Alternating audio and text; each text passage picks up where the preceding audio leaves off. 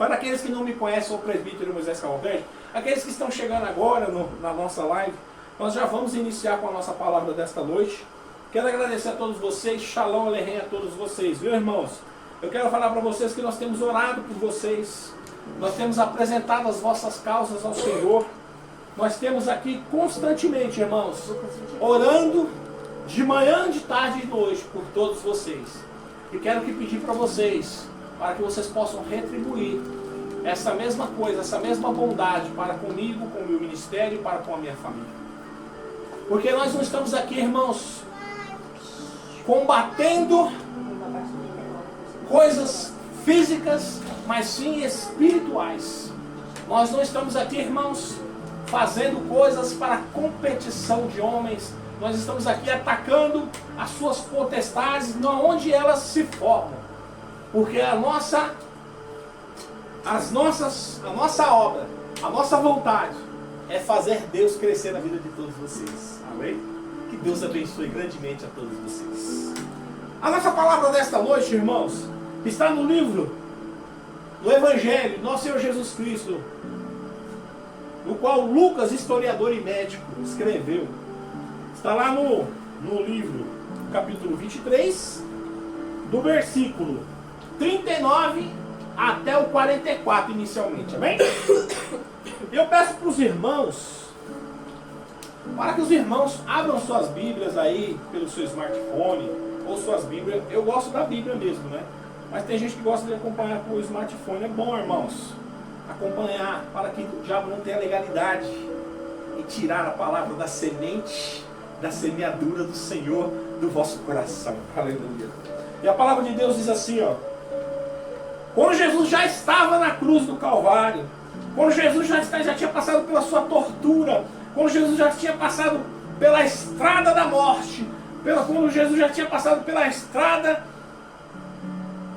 do sofrimento, ele foi colocado na cruz do Calvário, do seu lado direito um ladrão, do seu lado esquerdo outro ladrão, e ali estava ali, desde a hora terceira até a hora nona, que Jesus estava ali naquela cruz, onde foi o seu local de amargo fel, onde ele padeceu o seu sofrimento final e entregou o seu espírito na mão do Pai. E aí, de número 39 fala assim, ó: e um dos malfeitores que estava pendurado blasfemava dele, dizendo: se tu és o Cristo, salva-te a ti mesmo e a nós. Respondendo, porém, o outro repreendia-o, dizendo: tu nem ainda temes a Deus, estando na mesma condenação, e nós, na verdade, com justiça, porque recebemos o que os nossos feitos merecia, mas este nenhum mal fez. E disse a Jesus: Senhor, lembra-te de mim quando entrares no teu reino. E disse Jesus: em verdade te digo que hoje estarás comigo no paraíso.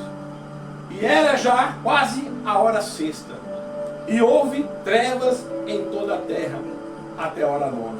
Quero também pedir para os irmãos dar uma passadinha lá para os 50, pular esses outros versículos, porque aqui Jesus entrega o seu Espírito na mão do Pai. E aí, depois, e eis que um homem, por nome José, senador, homem de bem, justo, que não tinha consentido com os conselhos, e não no ato dos outros, natural de Arimateia, cidade dos judeus, e que também esperava o reino de Deus. Este, chamando a Pilatos, pediu o corpo de Jesus. E havendo-o tirado, envolveu num lençol e pôs num sepulcro, e escavado numa pedra, onde ninguém ainda havia sido posto. Irmãos, hoje nós temos muita coisa a aprender acerca desses ladrões que estavam do lado direito de Jesus, que se chamava Dimas, e o que estava do lado esquerdo de Jesus, que se chamava Cestas. Irmãos, nós temos muita coisa a aprender com tudo na Bíblia. Tudo é um grande aprendizado para nós. Como a palavra de Deus, ela se renova constantemente na vida da gente. Irmãos, Eu quero chamar a atenção para os irmãos, porque mesmo naquele momento de aflição, de dor, Chestas, irmãos, ele não se arrepende. Ele blasfema constantemente contra Jesus. E ele blasfema no rosto de Jesus. E ele fala palavras tristes contra Jesus. Mas do seu lado direito estava ali Dimas, que o contrário dele, mesmo sofrendo aquele pranto de dor, estava ali, reconhecendo o miserável homem que ele era. E falando para Jesus lembrar dele, quando ele estiver no paraíso. E pedindo para Jesus, para que Jesus pudesse perdoar os seus pecados. E dizendo para aquele que estava do seu lado esquerdo, que eles dois mereciam aquela morte por crucificação. Mas Jesus não, porque Jesus ele não era culpado, ele era inocente, irmãos. E por que ele era inocente? E por que aquele ladrão sabia que ele era inocente? Irmãos, agora eu quero ler alguns trechos de uma carta que José de Arimateia deixou antes da sua morte, ele deixou. E essa carta até hoje existe. E depois, se os irmãos tiverem curiosidade, os irmãos podem acessar essa carta. Eu não sei se minha esposa pode deixar ela deixar atrelada no próprio link do nosso culto esta noite, para que os irmãos possam acessar essa carta. Porque, irmãos, muitas das coisas que está na Bíblia, que nos ajuda, que nos auxilia, mas muitas coisas que, através dos estudos mais aprofundados, nós conseguimos chegar a coisas imensuráveis acerca de questões que muitas das vezes a gente, lendo a Bíblia, a gente não entende muitas das coisas. Mas posteriormente a gente começa a se aprofundar teologicamente e a gente começa a levantar argumentos e informações que vêm complementar aquele estudo e aquela palavra de Deus. Amém? Então eu quero ler, irmãos, é uma declaração de José de Arimateia. José de Arimateia, irmãos, ele era senador e membro do Sinédrio. E ele deixou essa carta. Eu não vou ler ela inteira, irmãos, que ela tem cinco partes aqui, 5 capítulos. Mas eu vou ler algumas partes que vêm a trazer um pouco de luz a esses textos bíblicos que nós aqui lemos para os irmãos. Amém? Irmãos, 7 dias antes da paixão de Cristo, foram enviados de Jericó ao governador Pilatos 2 ladrões, cujas culpas eram as seguintes. Porque muitas vezes, irmãos, a gente ouve falar desses ladrões que estavam do lado de Jesus, um do lado direito e um do lado esquerdo de Jesus.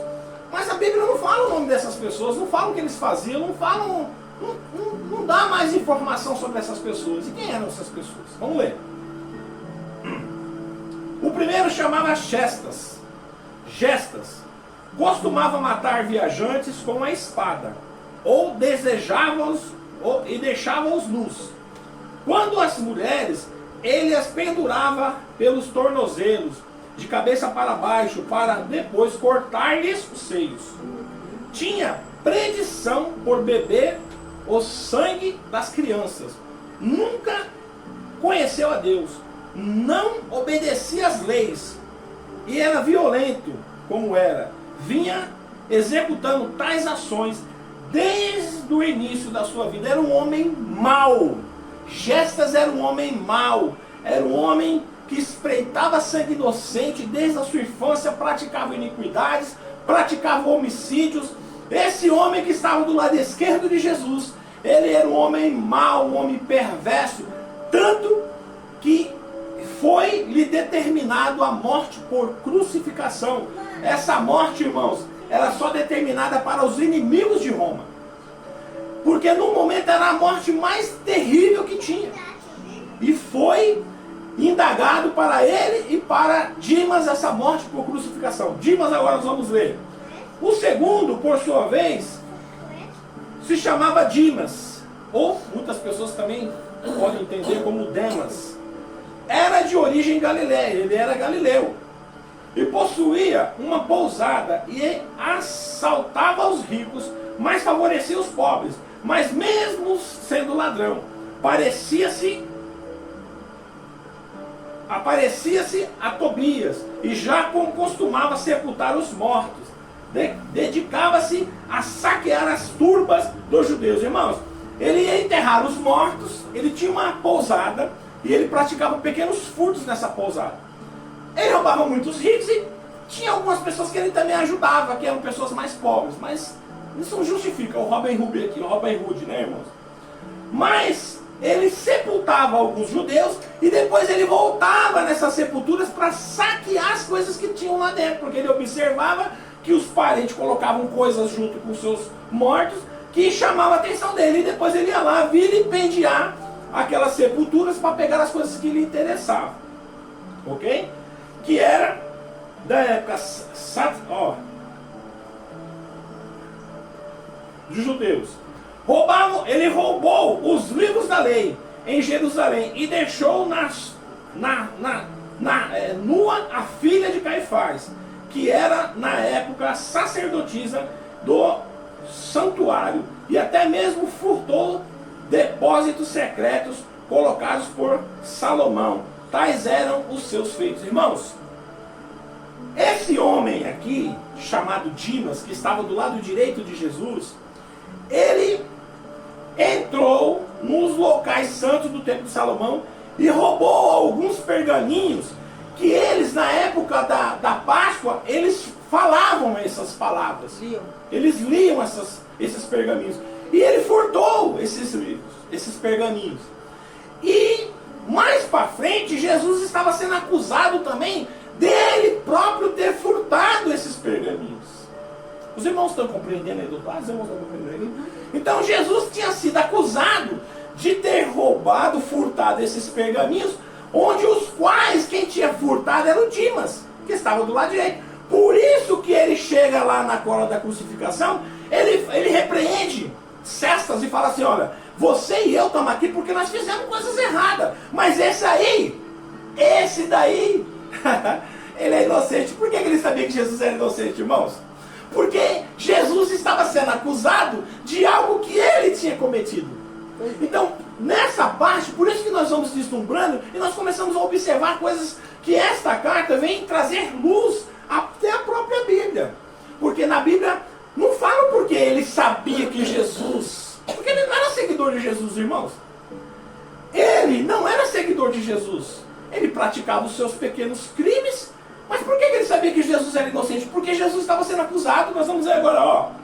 Também Jesus foi detido na parte do terceiro dia antes da Páscoa. E não havia festa nem para Caifás, nem para a turma dos judeus. Mas sim uma enorme aflição por causa do roubo do santuário que havia sido praticado por um dos ladrões.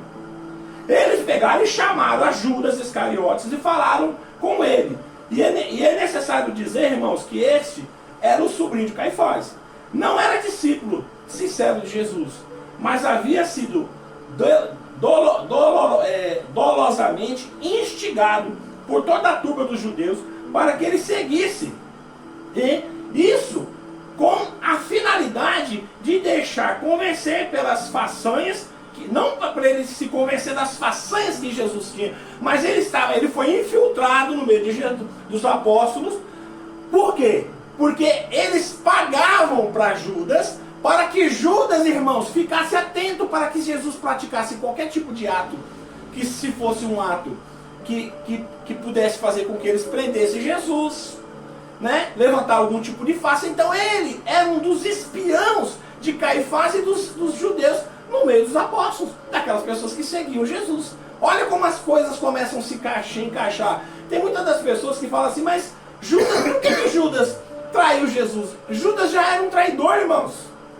Judas não foi a primeira pessoa que ele traiu na vida dele. Jesus não foi. Aqui, irmãos, nós compreendemos que eles pagavam para Judas diariamente, enchia eles de presente para ele se infiltrar no meio das pessoas que seguiam Jesus, para que ele ficasse sempre observando o que Jesus fazia, para que no momento certo eles tivessem argumentos para prender Jesus. Porque Jesus, naquele ponto, já as pessoas já tinham um pouco de cisma de Jesus. os escribas e os fariseus, Caifás e todos mais. E 3 dias antes de Jesus haver sido detido, Judas disse aos judeus: ei, usemos o pretexto de que não foi o ladrão que furtou os livros da lei, mas sim Jesus, em pessoa. Eu próprio comprometo-me a fazer a acusação. Enquanto isso era dito, Nicodemos, encarregado das chaves do santuário, veio se juntar-se a nós e dirigiu-se a todos dizendo: não façam tal coisa. Nicodemos, mesmo ele, não se declarando ser servo de Deus, mas ele era um homem justo entre os judeus. E naquele momento ele se opôs, ele falou: não façam tal coisa, não é coisa certa a fazer, não façam isso. Mas mesmo assim, irmãos, eles deliberadamente colocaram esse plano em pauta, tanto que Jesus foi preso e acusado. Um dos acusamentos de Jesus foi de Jesus ter furtado os pergaminhos do templo de Salomão. Isso não está na Bíblia, irmãos, mas é aqui que eu quero chegar a um consenso com os irmãos, que muitas das coisas, irmãos, que nós estudamos na Bíblia, muitas das coisas que passam na Bíblia, a Bíblia é toda para nós entendermos a vontade plena de Deus. Mas existem documentos, existem informações que vão agregar valores à Bíblia. Até mesmo livros apócrifos, né? Os grandes historiadores como Flávio José, os pais da igreja, que nos deixaram muitas informações para agregarmos na nossa Bíblia. Amém? E o que eu quero falar para os irmãos, que às vezes, irmãos, a gente lê na Bíblia, quando o ladrão Dimas, ele fala assim para Jesus: lembra-te de mim no paraíso. Lembra-te de mim, mestre. Aí muitas das pessoas falam assim: mas então quer dizer, o camarada passou a vida inteira praticando coisas erradas, roubando, furtando, fazendo um monte de coisa errada. E aí lá no final da vida dele, o cara não creu, não foi batizado, não teve tempo de ser batizado, estava na cruz do Calvário. Ele olha para Jesus e fala assim: me perdoa. E aí Jesus fala assim: não tem problema não, meu amigo. Hoje mesmo estarás comigo no paraíso. E muitas das vezes, irmãos, a gente não consegue entender a profundidade do que aconteceu. Muitas das vezes a gente começa a entender que aquele homem ali, no momento de tormento, ele sabia que ele estava a ponto de as suas forças estavam se esgotando, a sua vida estava escapando das suas mãos. E naquele momento ele se sentiu tão afligido que ele olhou para o lado direito, ele olhou para o lado esquerdo, e todas as pessoas o odiando. Porque as pessoas que estavam lá embaixo odiavam as pessoas que estavam sendo crucificadas, inclusive Jesus, que era inocente. Imagina eles como ladrões e salteadores. Talvez, irmãos, no meio daquela turba tinham até vítima deles. Então, irmãos, imagina se a Jesus eles deram vinagre para beber e esfaquearam Jesus do lado com uma lança. Imagina aqueles 2 ladrões ali. Se aquela turba ali embaixo pudesse, teria jogado todo tipo de material neles. Então, irmãos, às vezes a gente fica pensando: como será que a pessoa parte dessa vida para outra vida? Às vezes, meu irmão, num momento de aflição, às vezes no momento que você está indo trabalhar, alguém esfaqueia você, ou alguém mata, ou alguém baleia você, e naqueles últimos minutos de sopro de vida que você tem, você levanta a sua mão para o céu e olha para Jesus e clama: Senhor, e fala com Ele: Senhor, perdoa os meus pecados. Senhor, eu estou aqui, a minha vida está se esgotando do meu corpo, o meu espírito está me deixando, tem misericórdia de mim, Senhor. Aleluia. E muitas das vezes a gente não entende como essas coisas são, com a simplicidade que isso pode ser. Naquele momento ele não foi batizado e ninguém ensinou a palavra para ele, mas ele sabia, porque ele era um galileu. Vamos ler um pouco mais? Irmãos, eu quero ler aqui, eu quero falar para os irmãos que esse documento aqui, irmãos, ele não é inspirado na Bíblia. Esse documento aqui é uma carta de José de Arimateia. Ele foi deixado, até hoje essa carta existe. A qualquer pessoa que tiver acesso à internet, ela tem acesso a essa carta. Tem muita informação boa aqui que complementa a nossa Bíblia. Amém? Irmãos, quando aqueles homens estavam morrendo por morte de crucificação ao lado de Jesus, olha o que Chestas falou para Jesus. Segundo o relato de José de Arimateia: Ó irmãos, olha quantas coisas más eu fiz à terra, e até soubesse que tu eras reis, teria acabado também contigo, porque te chamas a ti mesmo de filho de Deus, e não pode socorrer-te em caso de necessidade? Como então prestarás auxílios a qualquer um que o peça?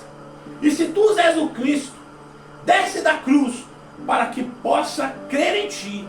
Mas nesse momento não te considero como homem, senão como uma besta selvagem, que está parecendo juntamente comigo. E começou a dizer muitas outras coisas. Irmãos, o diabo tinha tomado posse do corpo daquele homem e estava profanando palavras mentirosas ao Filho de Deus, porque eram os últimos momentos de vida daquele homem, e o diabo tomado posse daquele homem, desferindo no rosto de Jesus palavras ameaçadoras e palavras ruins, e começou a dizer muitas outras coisas como contra Jesus, enquanto blasfemava e fazia ranger de dentes contra ele, pois o ladrão tinha sido preso ao lado do diabo. Mas à direita, cujo nome era Dimas, vendo a graça divina de Jesus, gritava deste modo. Irmãos, é maravilhoso. Uma palavra da Bíblia, irmãos, uma simples palavra que Dimas está falando na Bíblia: Senhor, lembra-te de mim como se eu estiver no paraíso. Olha o que, segundo José de Arimateia, Dimas falou para Jesus: Conheço-te, ó Jesus Cristo, e sei que és os filhos de Deus. Vejo-te como Cristo, adorado por milhares de anjos. Perdoa os pecados que cometi. Não faças aos atros virem contra mim, no momento em que o meu julgamento com a lua, quando julgares toda a terra, postos que foi a noite que realizei os meus maus propósitos. Não movais o sol, que agora endurece por ti, para que eu possa manifestar as maldades do meu coração.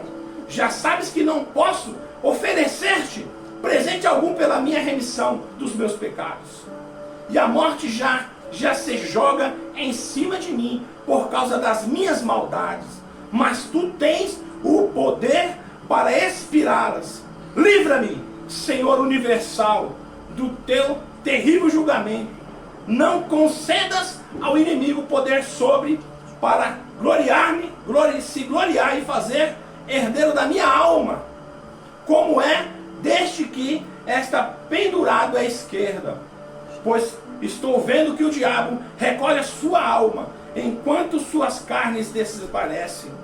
Tampouco me ordene passar para o lado dos judeus, pois vejo-os submergir numa grande pranto a Moisés e os profetas, enquanto o diabo se ri em suas costas. Senhor, antes que minha alma saia, ordene que os meus pecados sejam perdoados, apagados.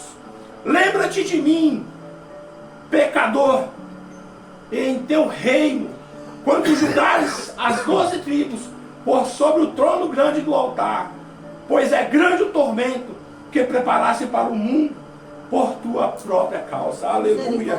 Irmãos, esse homem, irmãos, ele, naquele momento, ele se mostra para Jesus como um homem arrependido. Ele não estava se arrependido, irmãos, por ter sido preso, como muitos fazem. Que no momento da prisão tem o arrependimento involuntário. Mas esse homem já tinha sido preso, já tinha sido julgado, já tinha sido condenado, e estava sendo executado.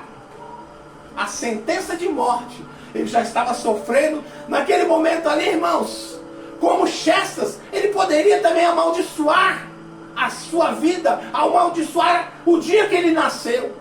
Mas em contrário disso, ele arranca dentro de si um bálsamo, irmãos, e se derrama no altar. E mostra para Jesus o arrependimento de dentro da sua alma. E mostra para Jesus que realmente está arrependido. E pedindo para Jesus perdoar todos os seus pecados. E não levar em consideração o que ele fez na ignorância dele. porque ele praticou muitas obras ruins durante a sua vida, mas naquele momento ele percebia que ele era filho de Deus. Ele estava reconhecendo que aquele homem que estava do seu lado não era um homem comum, mas sim um filho de Deus. Aleluia. E ele proclama que Jesus estava ali, mas milhares de arcanjos estavam aguardando a vinda e chegada de Jesus. E naquele momento ele estava falando para todas aquelas pessoas que estavam ali que aquele homem que estava do seu lado era inocente e era o filho de Deus. Estava pedindo clemência a Deus de todas as coisas que ele tinha feito. E é por isso, meu irmão, que eu falo para você, se Jesus naquele momento de sofrimento perdoou, alcançou dentro de si, porque Jesus era Deus, mas ele estava em forma carnal, ele estava sofrendo na carne todas aquelas coisas que tinham feito para ele. Jesus estava com as costas todas cortadas por causa dos chicotes. Jesus estava com sede. Jesus estava com fome. Jesus estava com a coroa de espinho na cabeça. Tinham sido lhe pregados seus pés um em cima do outro. Suas mãos estavam pregadas naquela madeira. E a cruz não Jesus... era para Jesus. A cruz não era para Jesus. E a cruz não era para Jesus. A cruz era diferente do seu tamanho. Jesus estava sofrendo, irmãos. Mas mesmo num período de sofrimento, ele conseguiu achar dentro do seu coração um perdão para aquele homem que estava ali do seu lado. E irmãos, aquele homem que estava do seu lado, ele não era justo. Ele era um homem pecador como eu e você. E por isso que eu falo, meu irmão, não perca as suas esperanças. Não perca as suas esperanças. Se Jesus no momento de fragilidade, se Jesus no momento de crucificação, de morte, conseguiu olhar para aquele homem e ver a verdade, e conseguiu ver no coração daquele homem, um homem quebrantado por os seus pecados, e pedindo clemência, e pedindo perdão para Deus, reconhecendo Jesus como rei, reconhecendo Jesus como Deus. Aleluia. Imagina você, meu irmão, que estava servindo a Deus, e de repente o diabo lançou uma pedra sobre a sua frente, e você caiu. Muito menos você, irmão. Jesus, ele está pronto para te abraçar novamente. Jesus está pronto para te perdoar novamente. Não deixe que o inimigo soe aos seus ouvidos que você não tem mais jeito, que para você não tem mais jeito. Se até para Dimas teve jeito, irmãos. Se para Dimas, que era um ladrão, um homem perverso, teve jeito, um homem que vilipendiava sepulturas para sobreviver, um homem que invadia a sepultura alheia para poder pegar dinheiro, um homem que roubava sem misericórdia, naquele momento de aflição, se Jesus conseguiu perdoá-lo e falou para ele: hoje mesmo estarás comigo no paraíso. Irmãos, foi o primeiro homem depois da morte de Cristo a estar no céu junto com Deus. Aleluia. Há homem nenhum depois da morte de Cristo, a não ser Dimas, está aguardando o final dos tempos para o julgamento final, mas ele se encontra lá com Deus. Aleluia por isso. E eu posso falar para você, meu irmão, minha irmã, qual o pecado que você cometeu que não te dá o direito de pensar que existe perdão para você esta noite? Eu quero falar para você, meu irmão, que se vê numa situação que você acha que para você não tem mais jeito, que você está numa sarjeta, e você está numa situação que o diabo soa no seu ouvido e fala para você que para você não tem mais jeito. Eu quero falar para você esta noite, eu quero falar para você, eu quero falar no seu ouvido, que para você tem jeito. Você precisa reconhecer Jesus. Você precisa reconhecer a santidade de Jesus. Você precisa derramar o teu coração no altar e pedir perdão para Jesus, porque Ele virá ao teu encontro. Ele virá em teu encontro e Ele te perdoará. E Ele fará você novamente fazer tudo aquilo que você fazia antes com Ele, quando você servia a Ele, meu irmão. Quando você estava servindo a Deus, que você caiu. Não importa o motivo, irmãos. Não me importa se foi mulher, se foi droga, se foi bebida. Não importa se você está em cárcere. Não importa a situação que você esteja esta noite. Eu quero falar para você, meu irmão e minha irmã, se houve salvação para Dimas, a salvação para você. Glória a Deus. E Jesus fala essa noite, nos meus ouvidos, que Ele quer te perdoar. Ele quer fazer morada novamente contigo. Ele quer formar uma nova aliança com você, meu irmão e minha irmã, esta noite. Glória a Deus. Ele quer trazer você para junto dele novamente. Ele quer fazer brilhar no seu rosto o rosto de Cristo novamente. O olhar sereno, o jeito simples de viver. Ele quer formar em você aquelas mesmas características que quando você saía do bairro as pessoas falavam, ali vai um cristão, Aleluia. ali vai um crente. E este Jesus está falando para mim que Ele quer reatar com você nesta noite. Aleluia, Jesus. Que Ele quer voltar à vida esta noite. Glória que Ele a quer Deus. ser uma fonte de água viva correndo novamente dentro de você. Louvado seja Deus. Porque grandes coisas Ele fazia através de você, meu irmão. minha irmã. Aleluia. E hoje você está aí, cabisbaixo, caído, achando que para você não tem mais jeito, achando que para você já deu. E o inimigo tem suado no seu ouvido, falando que para você não tem mais jeito, porque você fez isso e fez isso. Mas eu quero te falar para você, se você confessar os seus pecados, Deus é poderoso para perdoar você, meu irmão e minha irmã. Deus é poderoso para te perdoar. Aleluia. E para fazer morada novamente no teu coração. E para trazer você para perto dele novamente. Eu quero que você, meu irmão e minha irmã, que está nessa situação, se coloque de pé em nome de Jesus, que eu quero orar por você. Eu quero orar por você esta noite. Eu quero pedir para que a igreja fique de pé em nome de Jesus. E me ajude em oração neste Aleluia, momento. Jesus. E pedir para que o Espírito Santo de Deus faça morada na vida dessas pessoas novamente. Aleluia, Senhor. Porque essas pessoas brilhavam junto com Jesus. E hoje estão apagadas. E hoje estão desanimadas. E hoje estão recuando a sua fé. Deixaram de acreditar em Jesus. Recuaram. Mas esta noite, Jesus está falando para mim aqui, ó, que tem novidade de vida para você, meu irmão e minha irmã. Aleluia. Que Jesus, Ele quer te levantar. Ele quer estender as mãos para você, para que você possa se levantar novamente. E Ele quer trazer aquele brilho maravilhoso dos teus olhos. Glória a que só Deus, Jesus aleluia. sabe colocar. Porque os seguidores de Cristo são reconhecidos através do olhar sereno, do olhar meigo, no olhar de paz que Jesus consigo carregava. Aleluia! Aleluia, Jesus. Glória a Deus! Levante-se aí, meu irmão, e se ajoelhe quem puder. Quem não puder, fique em pé. Mas eu quero orar por você esta noite. Senhor, meu Deus e meu Pai, ó Espírito Santo de Deus, Criador dos céus e da mesma forma, Senhor, que o Senhor olhou para aquele homem que estava à sua direita, Pai, aquele ladrão arrependido, Pai amado, chamado Dimas, Arrependido, Senhor. e o Senhor abençoou, perdoou os seus pecados, e o Senhor resgatou ele para o paraíso. Eu peço para que o Senhor, esta noite, perdoe os pecados dessas pessoas. Eu te peço esta noite, meu Deus, para que o Senhor, através do teu Espírito Santo, perdoe essas pessoas e volte a fazer morada nas suas vidas, para que elas se sintam amadas e abraçadas pelo teu Espírito Santo, para que o teu Espírito Santo possa fazer morada novamente nos teus corações. Abençoa todas elas em nome de Jesus.